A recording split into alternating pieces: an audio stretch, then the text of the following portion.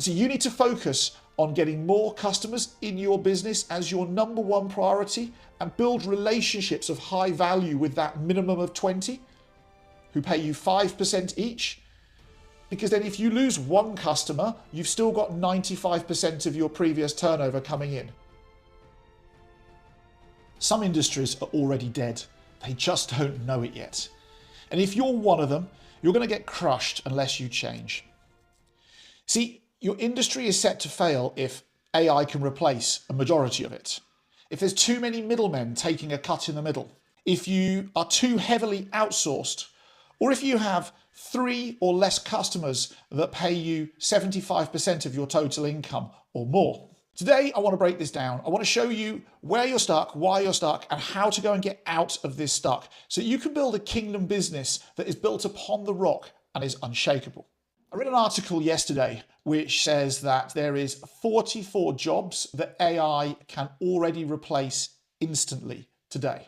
Now, we're probably not talking about the free version of ChatGPT or the free version of Google Gemini, but I already know that a paid-for version of ChatGPT can produce a financial plan better for me than any financial advisor I've ever met.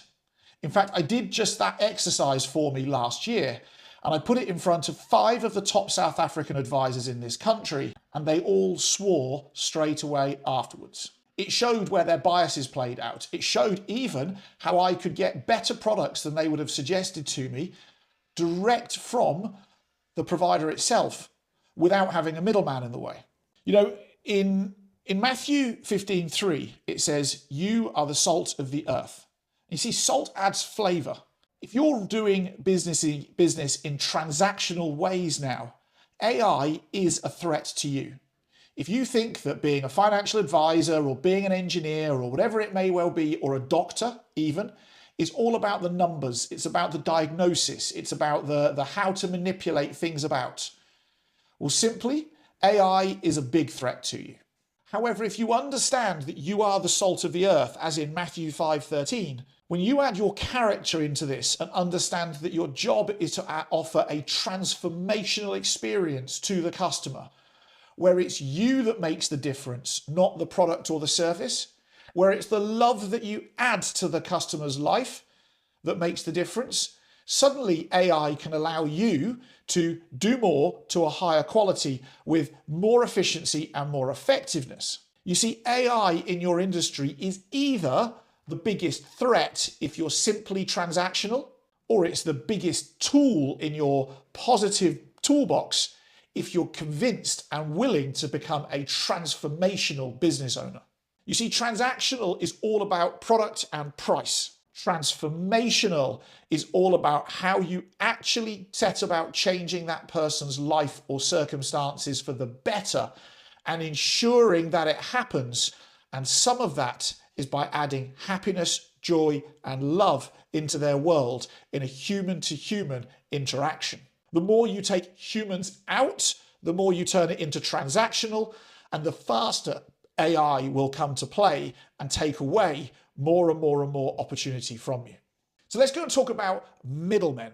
If we go back 70 or 80 years ago, in most industries, they insourced everything. And we'll talk about insourcing in a second. But equally, the farmer would often rear their animals and take their animals to market themselves. Some farmers would even rear their animals, slaughter their animals, butcher their animals, and sell it straight to the customer themselves. In today's world, you have farmers who have a calf that's born, that they raise for a while, and then they send it to a feedlot, and then the feedlot sells it to an abattoir, and the abattoir then sells it to a supermarket, and the supermarket then sells it to the customer. And I haven't even started at the layers of middlemen.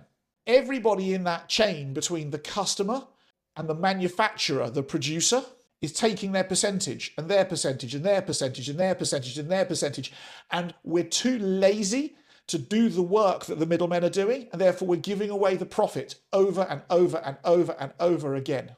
And so simply put, the more middlemen between production of product or creation of service and the end consumer, if you've got more than 2 middlemen, your industry is likely to collapse in its current form in the next 3 to 4 years. Next, outsourcing. There is a massive global trend towards outsourcing. Outsourcing, whilst can be powerful, is actually an overdependence on things outside of your control and usually leads in the long term to a lack of opportunity to grow your business because you're suffering from the middlemen problem. I worked in a mine in South Africa as a consultant, and they'd outsourced everything. The production of printed materials was now 6 times greater department by department by department than when they insourced it. The only thing that they'd actually gained from was not having the risk of having the employees. You see, the maths in outsourcing rarely actually stacks up and works.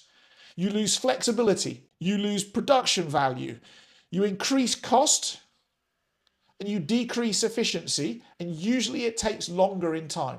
You also run the risk of your outsourced partner going broke at some point in time, needing to put their prices up, and it doesn't matter how clever you are, you're exposed. The smartest businesses in 2025 are building heavy in-source teams for everything that get managed with excellence. And so in Proverbs, it talks about not becoming a slave to the lender. Well, in both the outsourcing and the middlemen and the customers we're going to talk about, we're actually becoming a slave to those people. If the middleman says, I need more, and your only path that you've got available to you this year or this week is using the middleman, you just have to pay more. If the outsourced partner says, we can only do it slower or only do it in this time frame or it's going to cost more, and you don't have an in-sourced capability, you're a slave to that person. But what about the 3 customers who make up 75% of your income or more? Imagine this for a second, and maybe this is you. One person could pick up the phone and say, you're too expensive, I need to pay less, or I need to leave.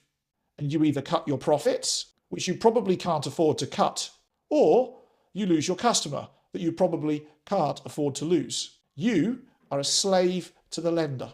Just think about that for a second. You need to have at least 20 customers who make up 5% each of your total income. Anything less than that, you're too heavily exposed and you can't carry it off. The biggest businesses on planet Earth do this. The problem for the small business is we're not focusing enough on breaking free of the trap, and we're becoming over-reliant on those big... A few years ago, I was doing a lot of work for a big insurer here in South Africa. In fact, in honesty, that work was 60% of the total business income. Now, in South Africa, we have a thing called black empowerment legislation, which means that people from who are indigenous African get preference over jobs, over contracts, and people who are foreign like myself are at the lowest of the pile. There was a CEO change in that business, and they did what's called a BEE audit on all their contractors. And because my compliance with that law, because I'm a tiny business then, was horrible, they went through and they got shot of everybody who wasn't a level 1 or level 2 provider. You know, the highest of the high. I was level 4. I lost 14 million rand instantly of projected income for the next year, simply because of that one thing. I also lost 60% of my income overnight. You see, we have got to be very conscious of how we do business. It's where some of the middlemen have it right, because they have so many customers and so many places they can sell to. And so you need to focus on getting more customers in your business as your number 1 priority, and build relationships of high value with that minimum of 20 who pay you 5% each. Because then if you lose 1 customer, you've still got 95% of your previous turnover coming in. Lose 2, you still have 90%. Lose 3, you still have 80%. But most of the industries that are set to fail have those 3 customers, which means if they lose those 3 customers, they lose everything. And so as a kingdom business owner, you've got to build on the fundamentals of faith. We've got to turn what did Jesus do into a practical question. Jesus didn't rely on 1, 2, or 3 disciples. He actually had 12, and there were more. He then had 72.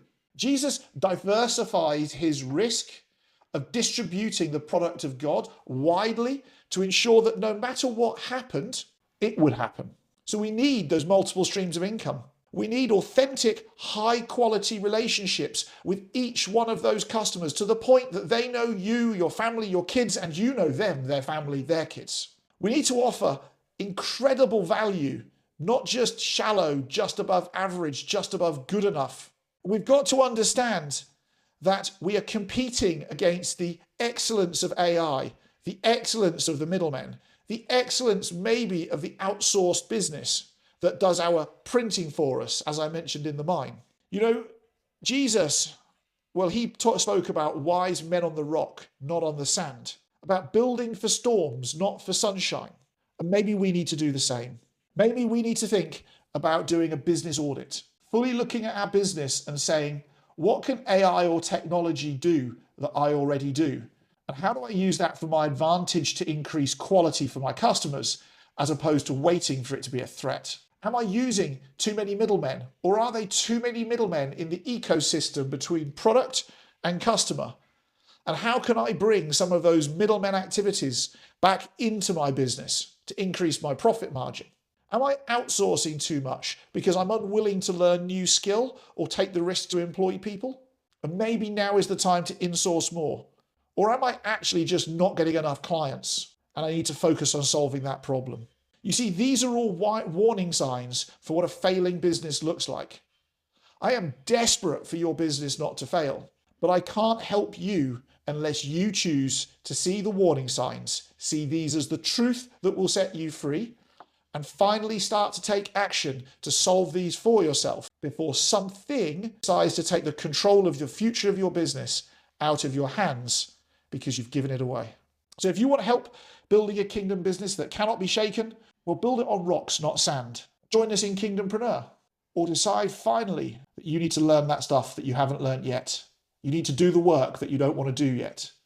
You need to step up and honor God in everything that you do.